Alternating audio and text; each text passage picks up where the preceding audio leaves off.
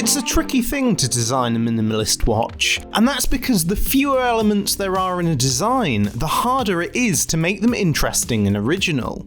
In fact, it's more likely that a minimalist design will look cheap and boring. But I think that the watches I'm looking at today manage to pull it off rather well.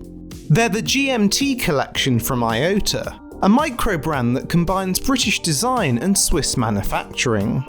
There are 4 different models in the collection, each named after a different capital city.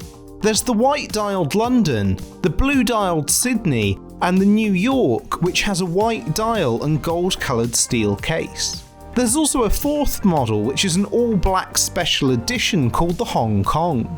On paper, these GMTs have some pretty standard specifications, with a flat sapphire crystal that has an anti-reflective coating on each side, 50 meters of water resistance, and a quartz movement.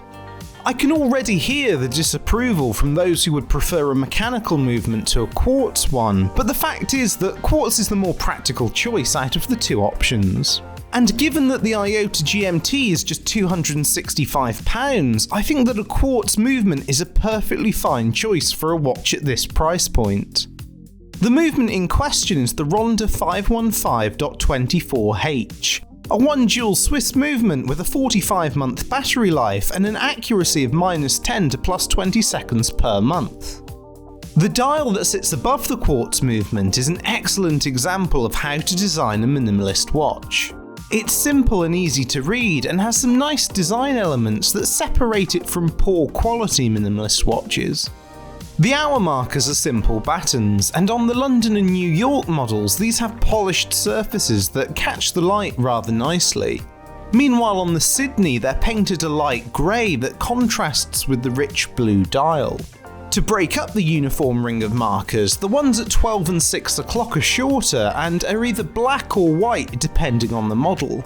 They also have an O at their tips that further helps to break up the dial, and together with a debossed line running down the centre of the dial, they create the illusion of 2 waypoints joined by a line.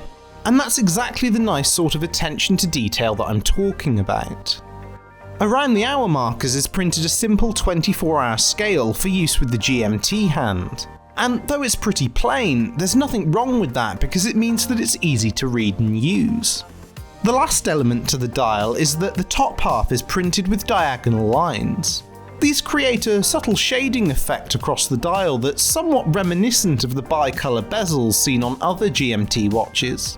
It's a subtle touch, but one that gives the Iota GMT a more distinctive look than it would otherwise have. The hour, minute and seconds hands on the Iota GMT are clean and uncomplicated sticks with polished surfaces. The hour and minute hands are also beveled, and this helps to make the hands appear more sophisticated than they would if they were simply flat. However, it's here that we come across the only 2 negative things I have to say about the dial.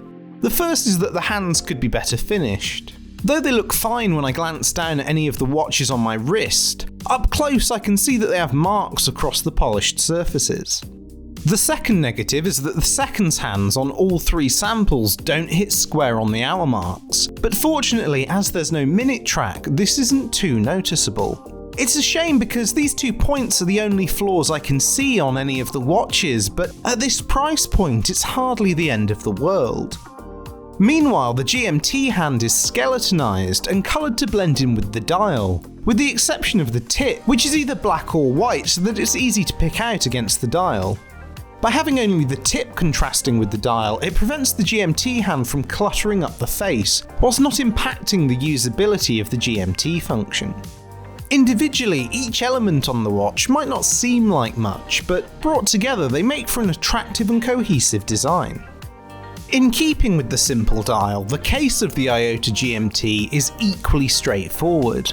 The finish varies between each model, with the Sydney's case being almost entirely polished apart from the tops of the lugs.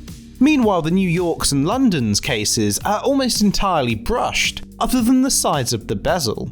It's down to you which you prefer, but the finishing is pretty good and the case slopes inwards, which stops it from being overly simple. The case measures 40mm across with a 46mm lug length and it's just 8.5mm thick. With these dimensions, the Iota GMTs are very wearable and they can slip easily under a shirt cuff. Now I must admit that I was pleasantly surprised by the quality of the leather straps the GMTs come on. They're made from Italian Nappa leather and are noticeably nicer than the leather straps you usually see on watches of this price point. They're very soft to the touch and are quite supple despite also being nice and thick as well. As a finishing touch, they come with quick release spring bars so that you can change them out with ease. Now, I know that we watch enthusiasts can often be quite dismissive of quartz watches. After all, more often than not, they're overpriced pieces designed to appeal to the general consumer. However, with these GMTs, Iota reminds us that we shouldn't dismiss quartz watches outright. Because these watches show that with a bit of care and attention to detail, it's possible for a brand to offer a well-designed and well-built quartz watch at a reasonable price. Anyway, that's it from 12 and 60. Thank you to Iota for sponsoring the channel, and I hope you enjoyed the video. If you did, don't forget to like it and subscribe to the channel, and I'll catch you on the next one. Cheers!